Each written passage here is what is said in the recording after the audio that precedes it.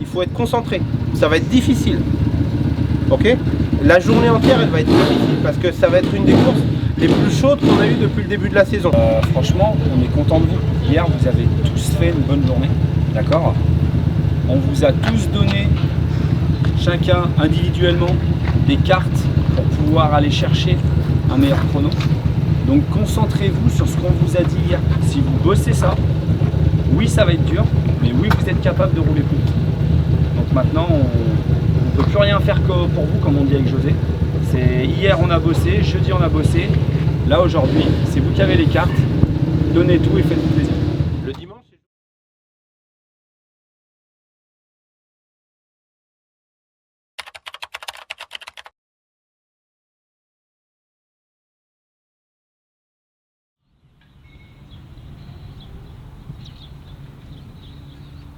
Bienvenue à Muret pour la 4e étape du championnat de France mini-GP. Déjà le cap de la mi-saison, l'occasion de s'intéresser à ceux qui forment et guident les jeunes pilotes. Car si la KF78 est indissociable de Freddy et Kenny Forêt, ses fondateurs, ils ne sont pas seuls. Derrière eux, une équipe de coachs transmet la méthode et les valeurs de l'académie, à commencer par José Kuhn, qui après avoir passé le brevet d'état en 2006 avec Freddy, est devenu un fidèle ami du junior. Freddy commençait à rouler au junior team en superbike et puis il m'a dit est-ce que tu voudrais pas venir avec moi? Juste comme ça quoi en fait en tant que copain et puis d'avoir un œil extérieur pour pouvoir l'accompagner. Puis ça s'est fait tout naturellement et j'ai embrayé avec Kenny parce qu'il était là aussi, il roulait en 600 à cette époque-là et on a commencé notre collaboration comme ça. Et depuis elle s'est jamais arrêtée aujourd'hui et c'est vrai qu'avec la KF ça fait la continuité. Virage à gauche, il ne faut pas rentrer trop tôt. Tu te rappelles de ça? Fort de son parcours en Grand Prix, en Mondial Superbike, en championnat du monde d'endurance et de son expérience de coach, il transmet aux jeunes un bagage précieux, technique et humain. L'approche de la course, ça reste le haut niveau, d'arriver en Grand Prix, avoir la pression, à gérer des courses difficiles. Ça m'a servi donc, sur l'approche, sur le côté essayer d'avoir du recul, prendre du recul sur les choses. Il faut se servir de l'expérience de coach ou de pilote que j'ai pu avoir. Malgré tout, il faut quand même l'adapter au jour le jour, quoi, au moment, à l'instant T, au pilote avec lequel tu travailles. D'être un peu plus douce et de tourner un petit peu mieux. Quoi, tu vois. Ensuite, il y a Dylan Buisson. Après une vingtaine d'années de carrière en endurance, transmettre et coacher se sont imposés comme une évidence, presque inscrit dans ses gènes. Tout au long de ma carrière en endurance, j'ai souvent été, pas spécialement le pilote le plus rapide dans les structures, mais on va dire le pilote qui avait tout le temps le bon mot au bon moment avec ses coéquipiers. Tu prends ton rythme et en fait, tu n'arrêtes encore. À aucun moment on te voit essayer des choses. Pour moi, c'est la base de lâcher. Accélère, lâche les freins, rentre dans le virage. Et à partir du moment où j'ai commencé à vouloir coacher, à travailler surtout avec les enfants, parce que j'ai commencé avec les enfants, j'ai kiffé direct et c'est devenu vraiment une nouvelle passion, quoi. Je préférais plus coacher que piloter. Pour ça d'ailleurs aujourd'hui j'ai préféré arrêter la compétition pour vraiment me concentrer sur ce travail-là. L'expérience des frères Forêt, de José et Dylan, combinée à la diversité, est un atout pour l'académie, comme l'explique Kenny. Et le fait d'être 4 avec une vision qui est un peu différente, en fait, ça nous amène à avoir parfois la bonne solution pour un pilote parce qu'en fait, on a plusieurs avis et pas plusieurs avis identiques. C'est-à-dire que chacun a, entre guillemets, le droit de dire ce qu'il veut et c'est vraiment le fait qu'on arrive à trouver plus de solutions en étant plusieurs. Au fil des saisons, l'approche de l'académie auprès des pilotes dans la formation à la compétition a évolué et s'est adaptée à la réalité. On est moins excessif par moment parce qu'on a compris qu'en fait, s'il veut pas le gamin, ça sert à rien. Tu peux gueuler autant que tu veux, ça changera rien. Donc en fait, on leur passe des messages tout le temps. On peut être un peu vicieux par moment, on les met en échec, on leur dit toi tu fais le malin mais t'es pas capable de faire ci ou de faire ça. L'idée de la KF c'est de les emmener le plus haut possible. Et quand on voit qu'ils s'éparpillent, on leur fait vite comprendre qu'en fait après tu fais ce que tu veux. Si tu veux t'éparpiller, nous on peut pas t'en empêcher. Par contre, viens pas me dire que tu n'y arrives pas, quoi.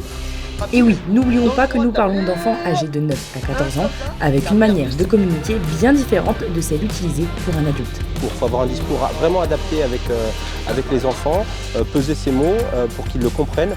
Et aussi, surtout, ce qui est important avec les enfants, c'est d'arriver à trouver le moment auquel on le dit. Il faut lui dire presque à l'instant T, quelques instants avant ou pas longtemps avant, pour qu'il le garde en mémoire. Il faut aussi s'adapter au profil du pilote. Léo Grondin, Lucas Sagnier et Maxence Ménière, les 3 jeunes de cet épisode, sont tous uniques, comme l'analyse Maxime Reyes, préparateur mental qui complète l'équipe des éducateurs. C'est 3 personnalités différentes, c'est des cultures différentes, c'est une façon de voir les choses. Voilà, il y a vraiment ces 3 univers. À chaque fois, je vais essayer de leur apporter un maximum de valeur, mais je vais m'y prendre d'une manière originale à chaque fois. À la KF 78, il n'y a pas un seul et même discours, les coachs s'adaptent à la personnalité de chacun. Il y a des pilotes où il faut leur rentrer dedans. Un Lucas, il faut leur rentrer dedans pour que ça fonctionne. Alors qu'un Maxence, si tu lui rentres trop dedans, suivant ce que tu dis, ça peut faire l'effet inverse. Tu vas pouvoir lui dire des choses où ça va être OK pour lui. Et tu vas pouvoir lui faire une petite réflexion qui veut rien dire pour moi, mais lui il va le prendre très mal et ça va lui éteindre la fin de journée, quoi. En fait, dans leur caractère, dans leur approche, dans leur façon de faire, ils ont juste un caractère différent et puis des âges différents, donc forcément l'approche est différente. 4 éducateurs et un préparateur mental, c'est l'équipe minimum afin de pouvoir répondre aux besoins de tous les pilotes, à condition de bien les connaître pour éviter les généralités. Sinon, tu vas faire la même découverte, faire pareil, mais ça va. Aujourd'hui, avec l'académie, les 16 pilotes qu'on a, c'est effectivement que des profils différents. Pour 95% d'entre eux, je ne les connaissais pas avant. Donc il faut s'habituer. Il faut observer. Souvent, je dis qu'on est là pour coacher, mais on est aussi leur grand frère tout au long du week-end. Et la KF, ça commence pas à la première manche au Mans, ça commence au premier stage en début d'année à Rognac. Tu rentres, tu as pas mal de vitesse, tu accélères bien, tu peux rentrer plus vite Ils dedans. roulent beaucoup, donc sur différents circuits.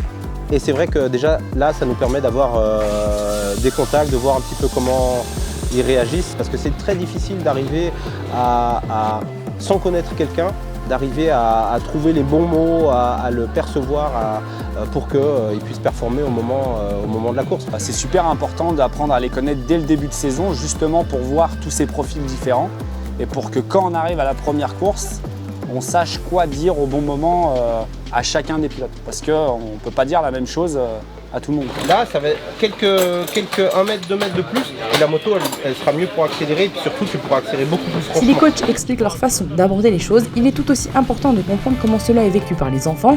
Léo, 11 ans, découvre sa première saison au sein de la KF 78, tandis que Lucas, 12 ans, fait déjà partie de l'équipe depuis 3 ans. Ce que j'apprécie, c'est qu'ils parlent bien avec toi, ils vont pas te crier dessus et du coup, c'est ce que j'aime.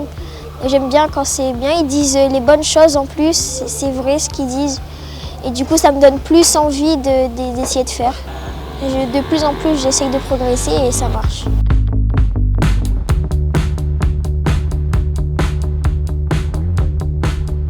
Sans eux, j'aurais pas ce niveau-là. Dès qu'on est arrivé à la KF, avant j'avais pas le cardio. C'est pas là à la KF où tous les jours on est chez nous, on a des séances de sport à faire, tout ça. Avant on n'en avait pas. Ils nous donnent plus de conseils. Au bout d'un moment, papa il a plus rien à dire. Et du coup à chaque fois on y retourne. Et c'est trop bien quoi. Moi j'adore être à la KF. Pour sa 2e année avec la structure, Maxence, pilote 190, avance grâce au coaching adapté, mais aussi son engagement personnel et sa discipline. Au début de l'année dernière, j'avais très peu confiance en moi. Et à force de rouler avec eux, qui me donnent des conseils, tout ça, cette année par exemple, j'ai beaucoup plus confiance en moi. Ça peut le devenir quand par exemple tu perds le film, ça m'est déjà arrivé. Quand ils disent un truc, moi je suis tout le temps têtue avec ce qu'ils ont dit. Je peux pas lâcher ce qu'ils ont dit.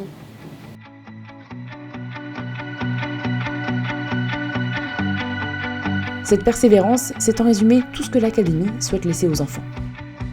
S'ils ont appris une méthode, une rigueur, un travail, être besogneux, savoir s'investir en sport avant les courses, parce qu'il n'y a pas que les courses, travailler sur les courses, une méthode de travail, tout ça, s'ils arrivent après, même s'ils ne sont plus avec nous, mais à continuer de cette façon-là, tout seul avec leurs parents ou dans d'autres teams, pour moi, ça c'est le message, c'est la meilleure chose qu'on puisse leur apprendre, quoi. Le sport reste l'école de la vie parce qu'il faut apprendre à perdre parfois en collectif, il faut apprendre à gagner en collectif, il faut apprendre ça t'apprend tout en fait. Et en fait, quand tu réfléchis bien, ça correspond à beaucoup de choses dans la vie réelle, quoi. Sauf qu'en plus, nous, on leur demande de la rigueur et de travailler pour devenir meilleurs. Donc en fait, l'un dans l'autre, eux, ils ont déjà joué un sport, ça c'est déjà génial.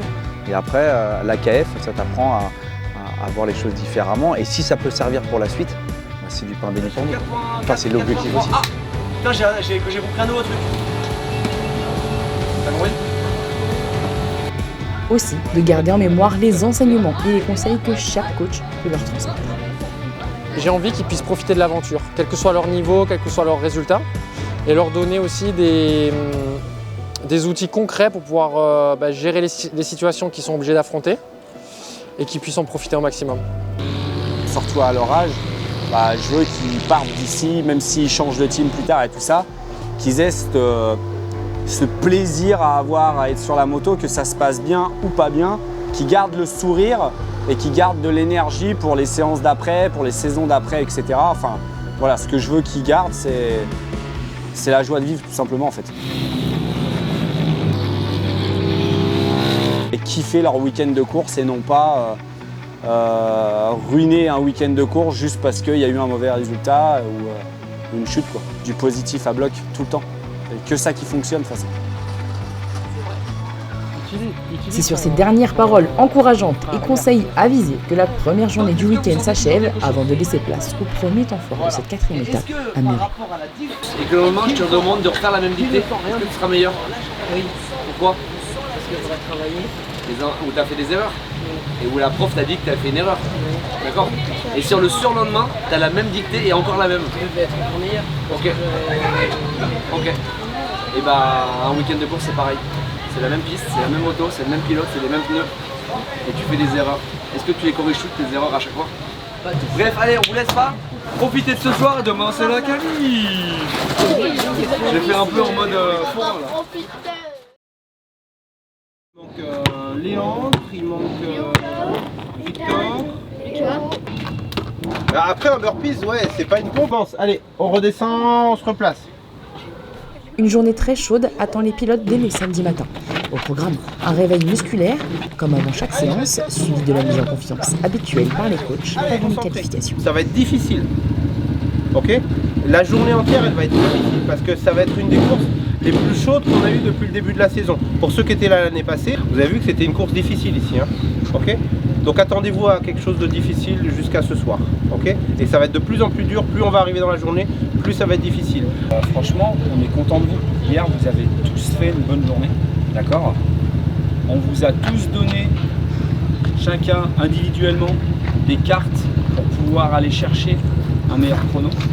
Donc concentrez-vous sur ce qu'on vous a dit hier. Vous n'avez pas le circuit complet à travailler pour certains. Il y en a, ils ont juste des points clés à bosser. Si vous bossez ça, oui, ça va être dur, mais oui, vous êtes capable de rouler plus vite. Donc maintenant, on ne peut plus rien faire pour vous, comme on dit avec José. C'est hier on a bossé, jeudi on a bossé. Là aujourd'hui, c'est vous qui avez les cartes. Donnez tout et faites-vous plaisir. Le dimanche, c'est jour de... Kef, on attaque. Kef, on retourne. Kef, c'est à vous. Commençons avec le Mini GP 115, où Roméo Forêt est le plus rapide des deux séances chrono. Il s'offre la pole position, sa première de la saison, et est le seul représentant KF sur la première ligne. Nourri est 4e, Bernardo 7e.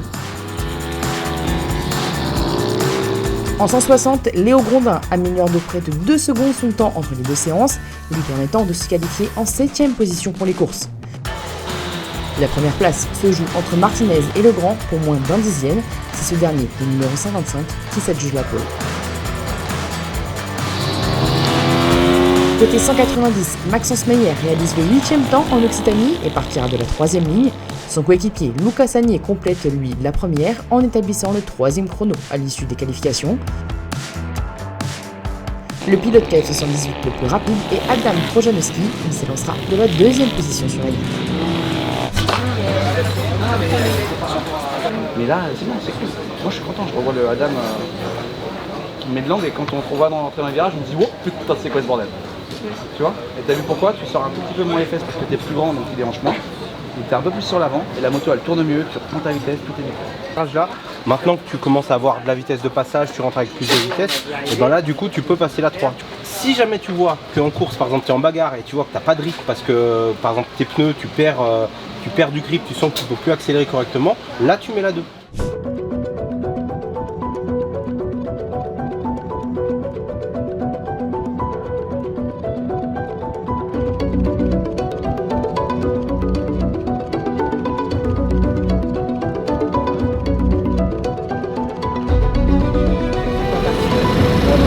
Comme toi tu mets beaucoup d'angle, le but du jeu c'est d'arriver à accélérer à peine tu vois le début, tu vois que tu fais d'habitude.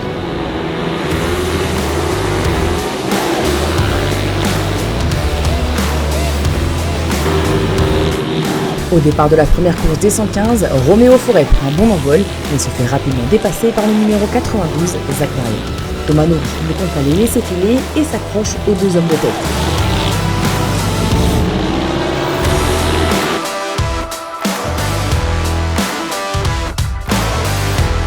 S'ensuit une bataille à 3, où chacun prend les commandes de la course à tour de rôle. Difficile de donner un favori tant la lutte est serrée.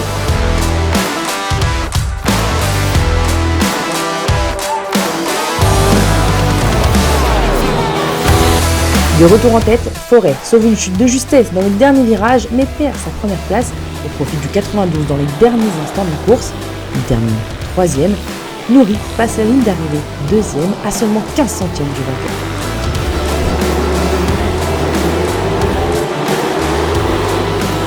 En seconde manche, Forêt perd l'avantage de sa pole position au profit de Merriot. Derrière, Nourry, plus en difficulté ce week-end, se bat pour intégrer le top 5. Maximilien Bernardo, lui, fait sa course seul à la 7e position.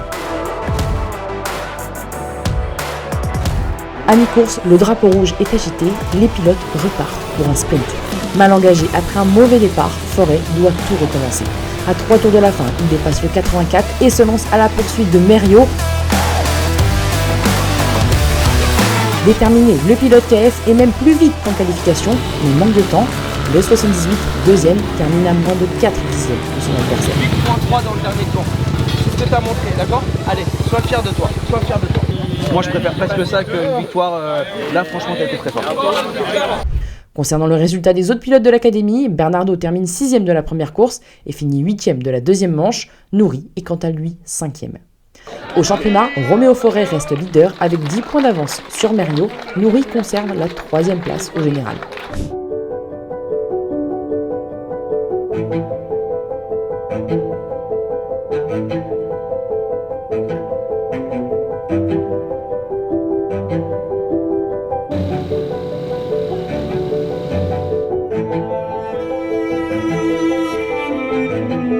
Allez, au début de course, tu t'accroches, ok? Allez.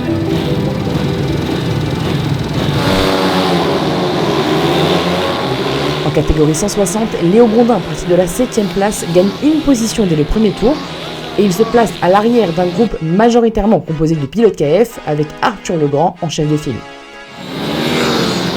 Le numéro 19 roule seul une bonne partie de la course mais ne perd jamais de vue ses coéquipiers, tentant de maintenir l'écart.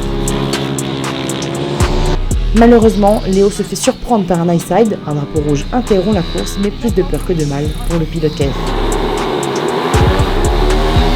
Deuxième départ, Arthur Legrand mène à nouveau, suivi de Pérez, Albessard, Long et Martinez. Alors qu'il se dirige vers la victoire, le 55 est victime d'un souci mécanique dans le dernier tour et rétrograde en 4e position. L'Espagnol s'impose devant Ethan Long, 2e, et Leandro Martinez, 3e. Malgré une douleur au genou, Léo est tout de même présent sur la grille de la deuxième manche, ne se laissant pas abattre par sa chute. Et c'est un nouveau coup dur pour le numéro 19, un problème technique sur sa moto l'empêche de prendre le départ. Arthur Legrand, bien décidé à décrocher une victoire à Muret, conserve son avantage à l'extinction des feux avec Martinez et Léo dans sa roue. Au 3e tour, le numéro 8 dépasse le leader et prend les commandes.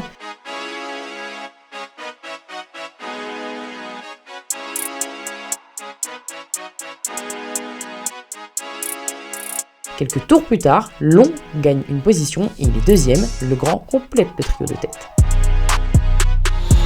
Les positions restent figées jusqu'au drapeau à damier, c'est donc Léandre Martinez qui remporte la deuxième manche. Côté KF, Victor Lespinasse est 4e en course 1, Swan Perigo est 14e et Karel Doucet termine 17e. La manche suivante, même résultat pour Lespinasse, 4e, Perigo fait 12e et Doucet est 18e. Les taux au championnat se resserrent, le grand est toujours premier, mais désormais menacé par Ethan.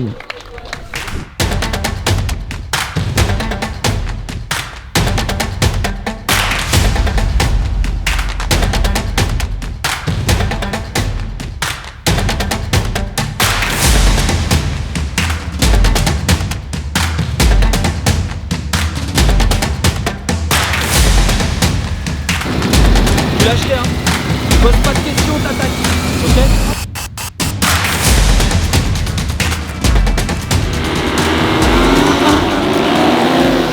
Terminons cet épisode avec la catégorie 190.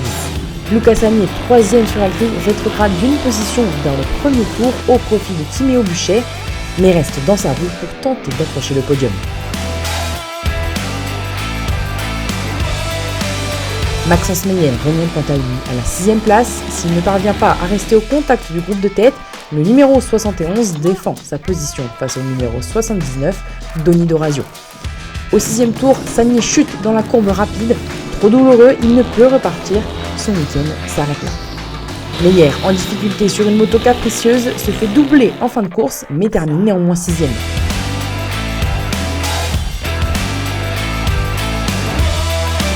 Devant, Adam Trojanowski, meilleur représentant KF, n'a pas démérité sa deuxième place, après avoir mis la pression durant la majeure partie de la course sur le leader du championnat, Gutierrez Aznarez.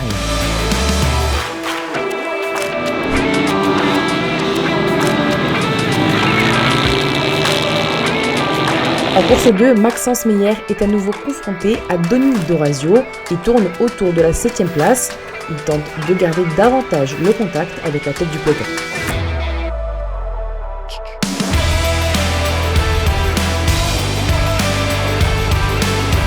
Devant, Trojanowski ne se contente pas de suivre et double le numéro 27 dans le 3e tour. C'est le pilote KF78 qui impose désormais son rythme face à Gutierrez Aznarez, toujours invaincu cette saison.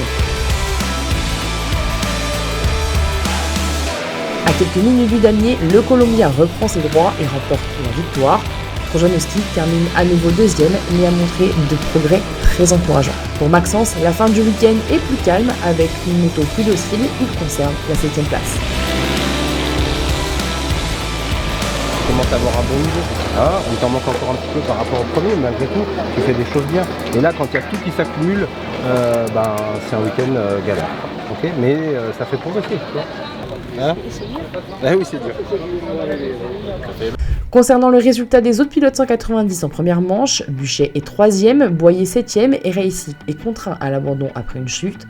En deuxième course, ce dernier monte sur la 3e marche du podium devant Buchet 4e, Boyer finit 6e. Au championnat, bien que Gutierrez Aznarez ait une large avance, Buchet est le meilleur représentant de l'académie avec 118 points, suivi de Trojanowski. Vous avez été beaucoup à avoir des problèmes techniques.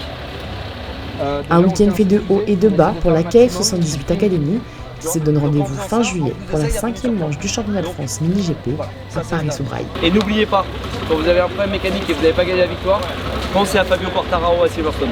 Ok ? Ça a été un week-end difficile. Nous aussi, j'estime qu'on n'a pas été à la hauteur. Donc pour les parents aussi, si ça a été difficile, on s'en excuse. Et on se remettra en question et vous continuez comme ça. Et pour ceux que ça ne paye pas encore, ça paiera. Il ne faut jamais abandonner. Ok les gars ? Allez, rentrez bien. Merci.